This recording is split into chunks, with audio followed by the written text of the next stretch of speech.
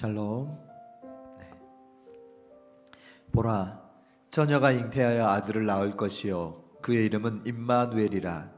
이를 번역한즉 하나님이 우리와 함께 계시다 함이라. 아멘. 우리와 함께 하시기 위해서 이 땅에 오신 그 예수를 기다리는 대림절입니다.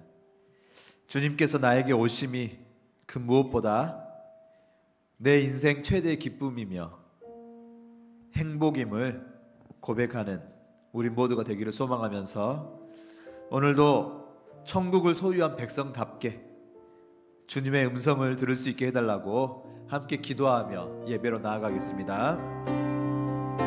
서로 환영한 시간 갖겠습니다. 예수의 사랑으로 당신을 환영하고 사랑합니다. 예수님의 사랑으로 당신을 환영하고 사랑합니다. 예수님의 사랑을 느낄 수 있는 이 시간이 되길 원합니다. 아멘. 같이 하나님 말씀 보도록 하겠습니다. 찾으실 하나님 말씀은 요한복음 5장 2절에서 15절 말씀입니다. 제가 가진 성경으로 신약성경 150페이지 요한복음 5장 2절에서 15절 말씀.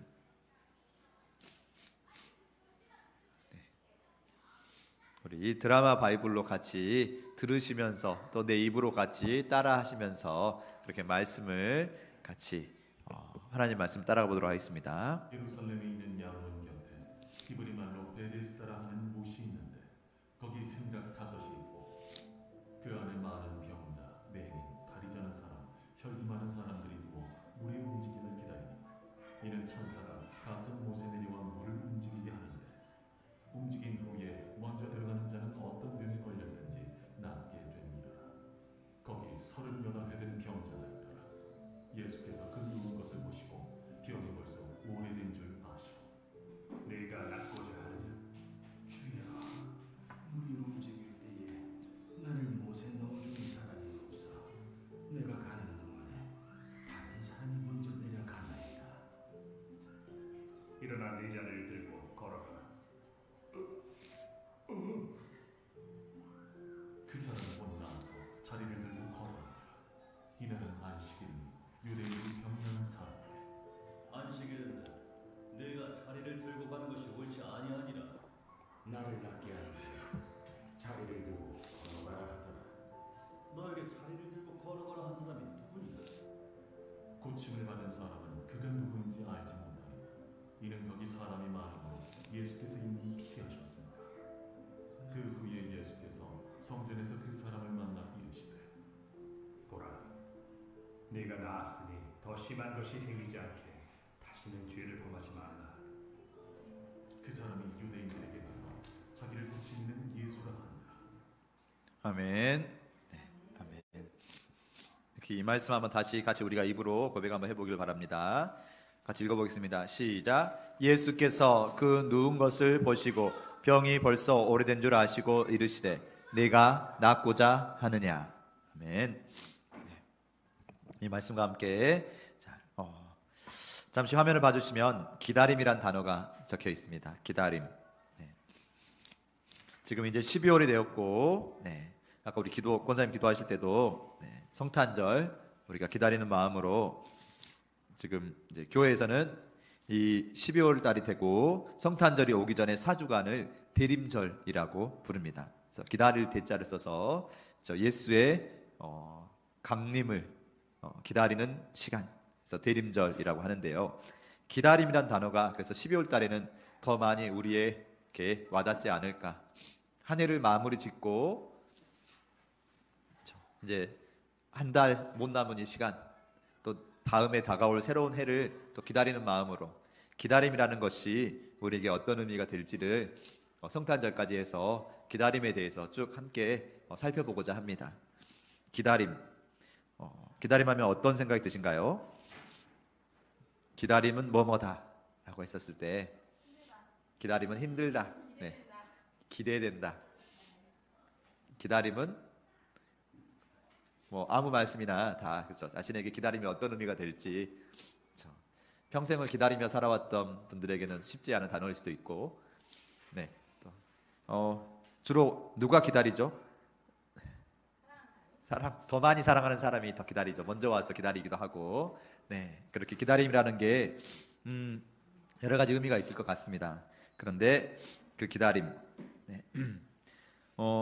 네, 초대교회 성도들은 인사를 할 때 우리는 밤새 안녕하셨습니까? 또는 진지 잡수셨습니까? 이렇게 인사하던 시절이 있었는데 초대교회 성도들은 마라나타라고 이렇게 인사를 했답니다.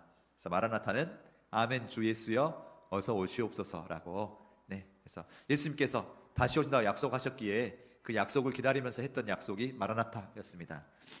네, 그렇게 교회에서 기다림은 정말 중요한 단어가 될 수 있는데, 그래서 기다림으로 좀 더 깊숙이 들어가 봅니다. 영상 한번 잠깐 보도록 하겠습니다.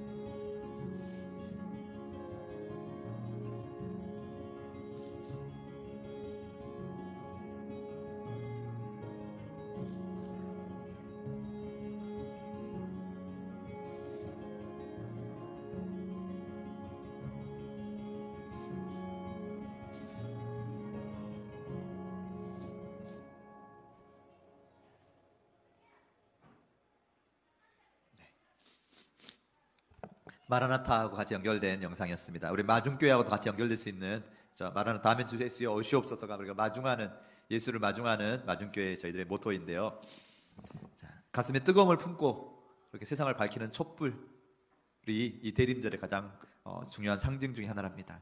우리의 삶이 이 말씀을 통해서 가슴에 뜨거움을 간직하고 주변 사람들을 비춰줄 수 있는, 많은 사람을 비춰주지 않더라도 그런 우리 마중교회 성도들의 삶이 되기를 정말 진심으로 기도하는 마음으로 같이 말씀 속으로 들어가 보도록 하겠습니다. 그래서 대림절 첫 번째 말씀으로 기다림, 진정한 기다림. 진정한 기다림이란 무엇일 것인가에 대해서 같이 살펴보길 원합니다. 진정한 기다림. 네. 기다림이라고 하면 아까 잠깐 처음에 나눴던 것처럼 이 시대의 기다림이라는 것은 썩 좋은 의미로만 사용되지는 않습니다. 주로 약자가 더 기다리기도 하고요.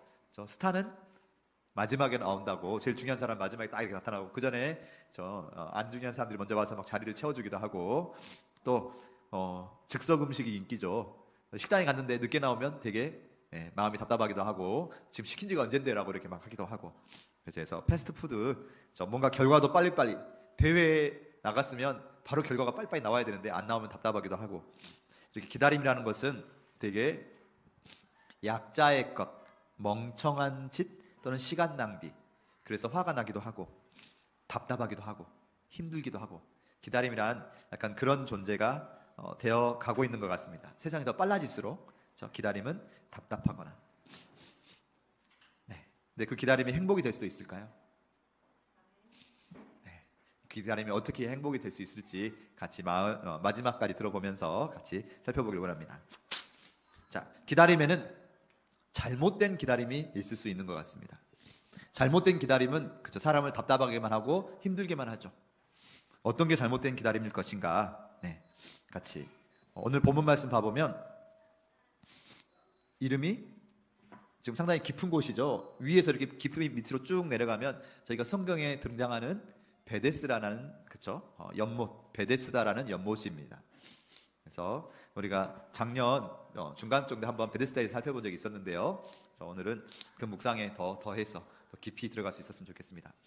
베데스다는 이름이 벳이라는 집이라는 뜻하고 헤세드, 들어본 것 같죠. 그래서 자비라는 단어, 그래서 벳 헤세드가 줄여져서 베데스다라고 돼서 자비의 집이라는 뜻으로 있습니다. 그래서 자비의 집.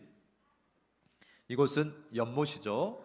아까 우리 본문에서 나왔던 것처럼 이곳에는 어떤 사람들이 많이 모여 있느냐? 자비가 필요한 사람들이 많이 모여 있는 것 같습니다. 그래서 아프고 병들고 치유함이 필요한 사람들이 이곳에 많이 모여서 자비를 기다립니다. 근데 그들에게 정말 자비가 있는가라고 했었을 때 오늘 7절 말씀 봐보면 이곳에는 많은 병자들이 많이 모여 있는데요. 많은 병자들이 모여 누워 있는데 7절 말씀 봐보면 물이 움직일 때 같이 읽어볼까요? 시작. 물이 움직일 때 나를 못에 넣어주는 사람이 없어 내가 가는 동안에 다른 사람이 먼저 내려가나이다. 아멘. 네. 이름은 자비의 집인데 이곳에서 한 번씩 천사가 물을 동해서 파동처럼 물이 막 이렇게 물결이 치게 되면 갑자기 물이 혼자서 물결이 치게 되면 제일 먼저 들어간 사람이 치료를 받는다라는 그런 전설이 있어서 그래서 서로 물결이 동할 때는 서로 들어가려고 그렇게 하죠. 그러다 보니까 어떤 결과가 됐느냐? 누가 제일 먼저 들어가게 될까요?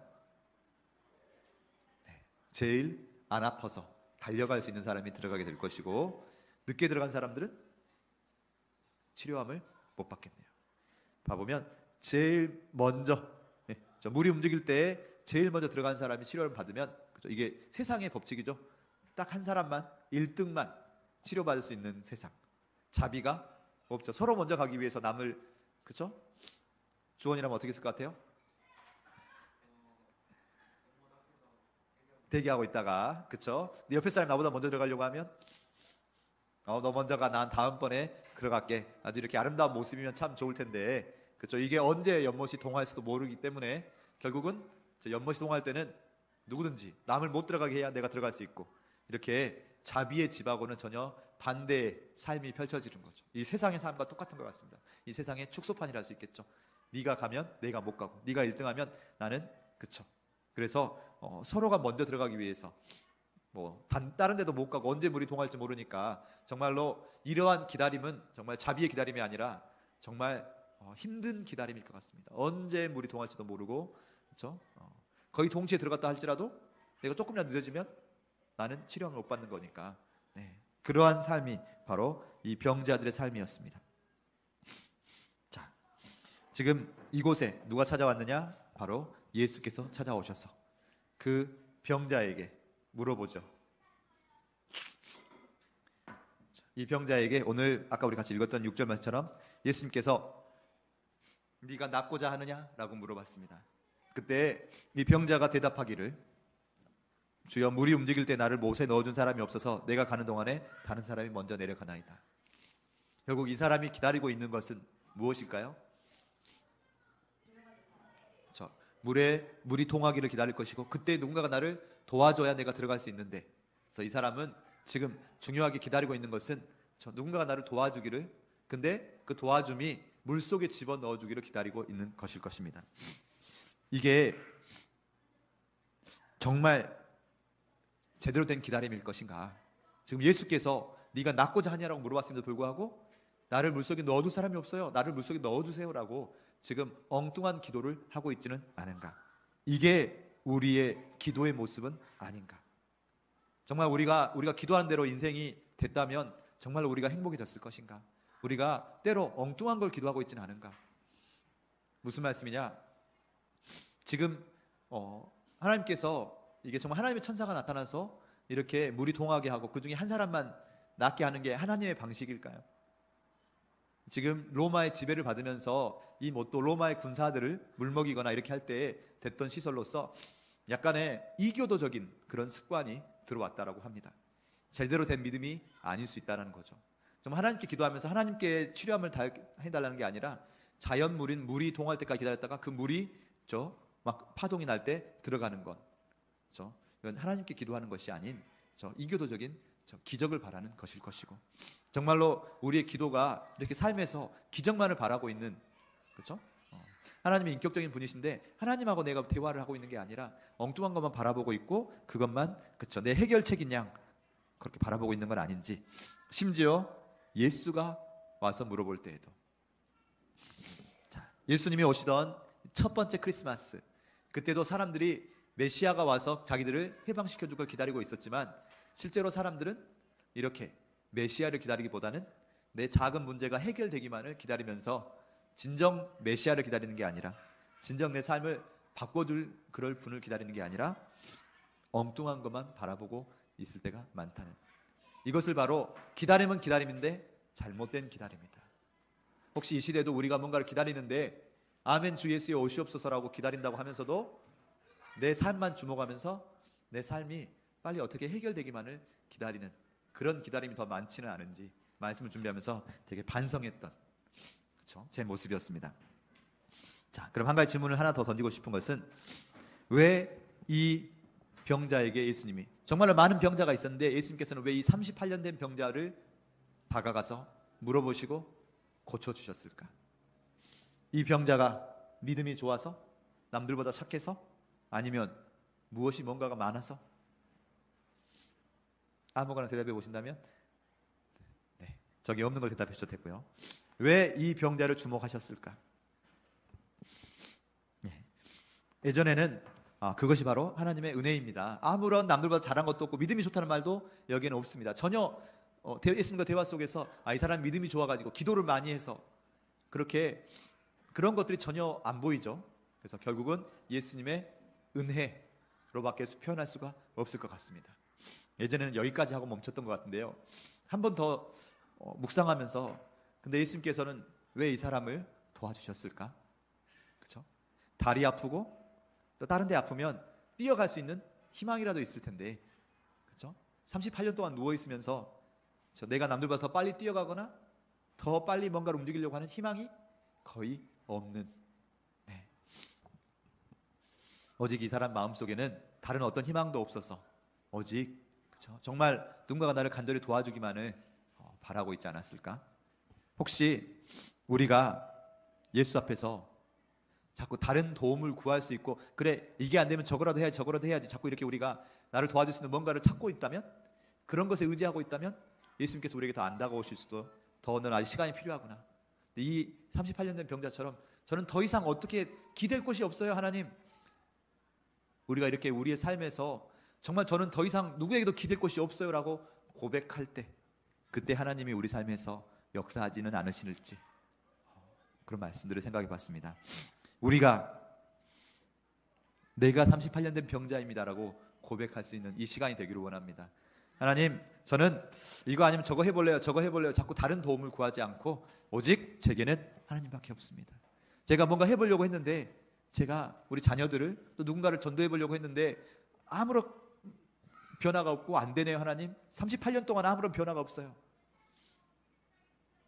묘하게도 어제 말씀 준비할 때는 우리 예배하실 때 제일 나이가 적으신 분이 38년, 그러면 다 우리도 38년 병자처럼 우리가 오랜 동안 믿음 생활을 해왔는데 하나님, 제가 변화하고 싶은데 더 이상 변화가 안 돼요 라고 이렇게 우리의 삶하고 연결될 수 있지 않을까 했는데 우리 주원이가 또 이렇게 의외로 맞습니다. 너무 감사하고, 네, 그렇지만 네, 우리가 오랜 동안 아마 주원이도 하나님 앞에 기도해 본 적이 있을 거예요.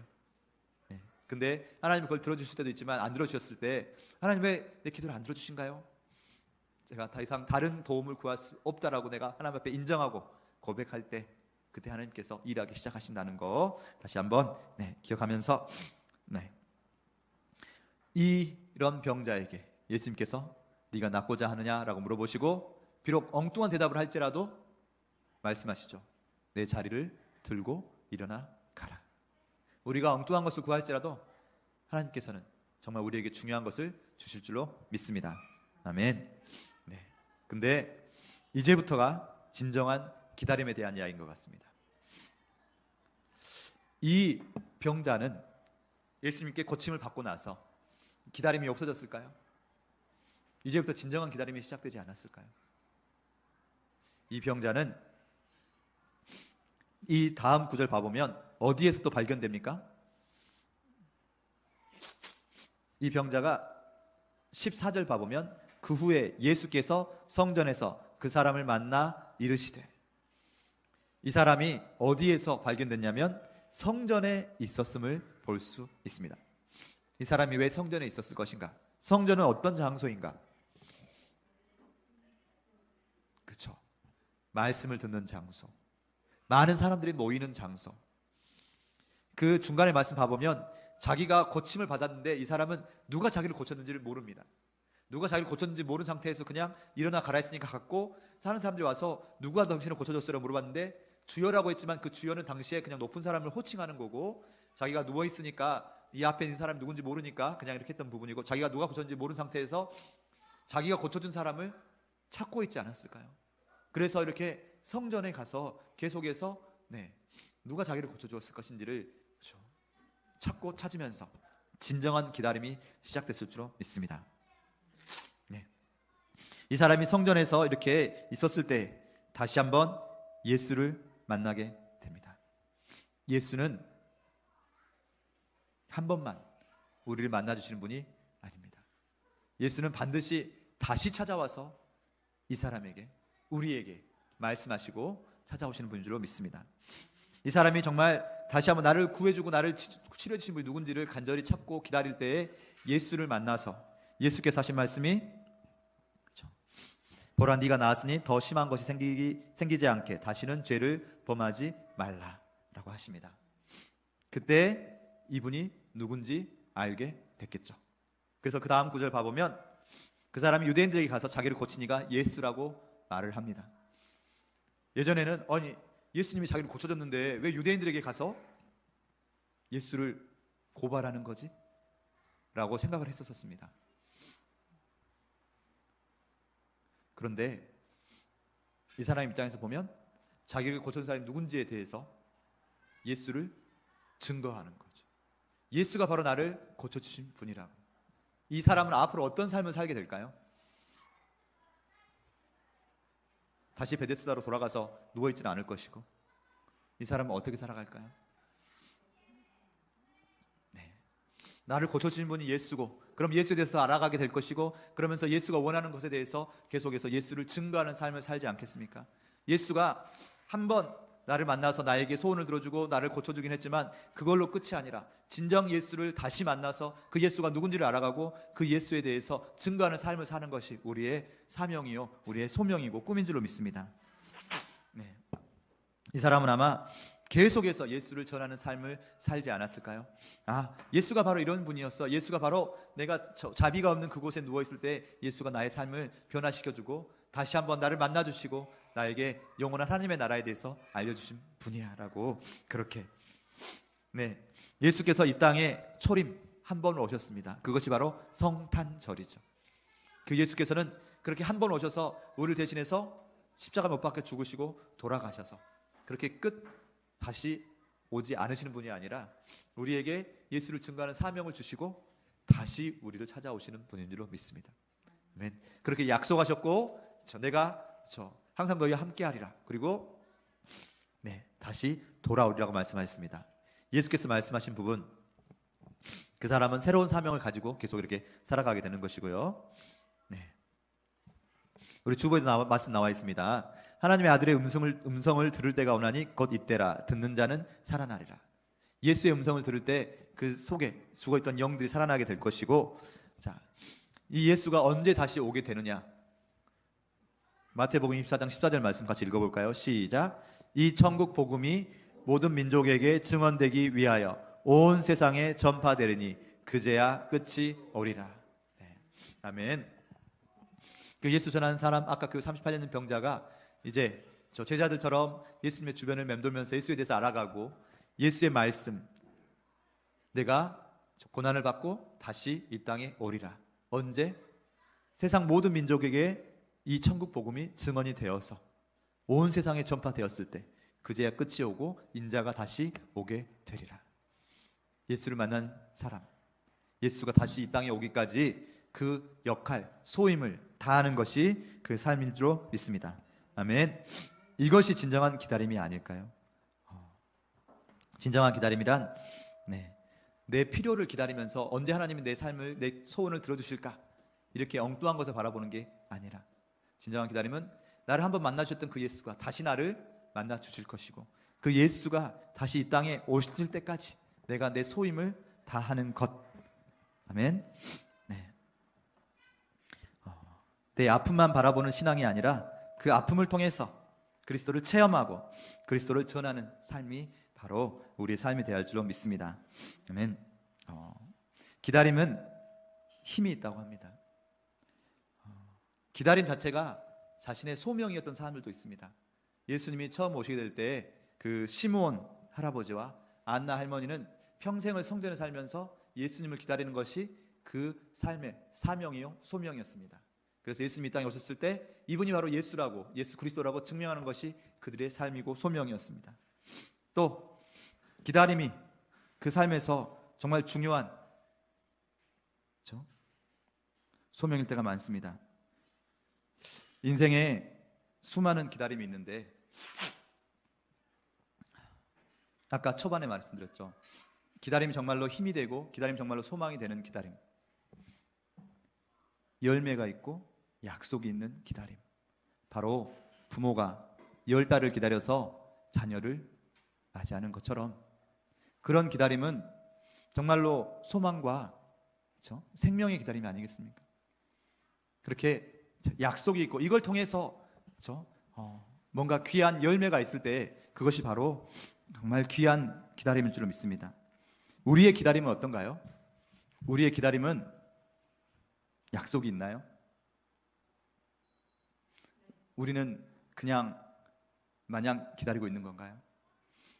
우리가 누군가를 만나기로 약속했는데 그 약속이 아무런 연락도 없이 그냥 마냥 답답하게 기다리고 있다면 정말 답답해서 화가 나고 그렇죠? 기다리는 게 힘이 들 것 같습니다. 그러나 연락이 왔고 약속이 있고 그 약속을 지킬 대상이 정말로 신실한 대상이라면 그 기다림은 아까 아이를 기다리는 그 기다림처럼 정말로 생명과 기쁨의 기다림일 줄로 믿습니다. 아멘. 네. 자, 저희가 예수가 다시 오실 그날까지 그 들판의 목자처럼 자신의 소명을 다하면서 내가 아까 그 38년 병자가 돌아다니면서 예수를 증언했던 것처럼 내가 내 할 일을 하면서 그렇게 기다리고 있을 때 그 기다림이 절대로 우리에게 후회의 답답함의 기다림이 아닐 줄로 믿습니다. 아멘. 우리에게 약속하신 분은 절대로 후회함이나 거짓이 없다고 하셨으니 저희가 그 약속을 반드시 붙잡고 분명히 하나님께서는 기다리시고 계실 줄로 믿습니다. 우리가 예수가 이 땅에 오시길 기다리는 것처럼 하나님께서도 우리가 열심히 그 복음을 땅끝까지 전파하여서 복음을 못 듣는 사람이 전혀 없을 그때까지 하나님께서도 기다리시면서 더욱 많은 영혼이 하나님의 복음을 들을 때까지 같이 찬양하시겠습니다. 같이 하가다 먼저 선포하고 갈 텐데요. 정말 저희가 그 기다림이 마냥 아무것도 안 하면서 그렇죠? 그런 기다림이 아니라 정말 저희가 준비하면서 그날이 오기를 기다리는 그런 기다림 되길 원합니다. 같이 선포하시겠습니다. 하가다 선포하시겠습니다. 시작. 이러므로 너희도 준비하고 있으라. 생각하지 않은 때에 인자가 오리라. 이러므로 너희도 준비하고 있으라. 생각하지 않은 때에 인자가 오리라. 아멘. 네, 같이 주님 다시 오실 때까지 나는 이 길을 가리라. 찬양 나누겠습니다. 사복음서는 예수님을 기다리고 기다려도 계속 예수님이 오지 않고 곧 오실 것 같은 예수님이 오시지 않을 때 계속 기다리면서 서신서가 먼저 쓰여지고 그렇게 사복음서가 쓰여졌답니다. 사복음서를 쓸 때 기다림이 길어지면서 믿음이 흔들리기도 하고 기다림이 길어지면서 초조해지기도 하지만 그렇게 불확실한 미래 때문에 두려움이 생기기도 하지만 그 기다림은 우리의 믿음을 확인하는 시간이고 우리의 믿음이 더 굳건해질 때까지 하나님께서 기다려주시는 시간이실 줄로 믿습니다. 우리가 이 땅의 시간들을 통해서 우리의 믿음을 더욱더 증명하고 그렇게 하나님이 부르실 그날까지 우리가 더 우리는 38년 된 병자처럼 우리 힘으로는 아무것도 할 수 없음을 인정하고 그렇게 하나님 앞에 내어놓을 때 하나님 제가 제 힘으로 아무것도 안 되네요 라고 하나님께 자꾸 두 손 들을 때 그때를 하나님께서 기다리시고 붙잡아 주시고 우리를 더욱더 굳건하게 하실 줄로 믿습니다. 같이 우리가 하나님 앞에 두 손 들고 기도할 수 있었으면 좋겠습니다. 하나님, 제가 정말 제 힘으로 버티려고 했던 이 시간, 이 시절 더 답답하기만 하고 넘어질 수밖에 없는 아버지 저희입니다. 하나님 이 시간 저희를 붙잡아 주시고 제 마음 깊숙한 곳까지 하나님께서 고쳐주시고 아버지 하나님의 이름으로 치유하여 주시옵소서. 주님밖에 믿을 수가 없다는 것을 함께 아버지의 이름을 부르며 나아가기 원합니다.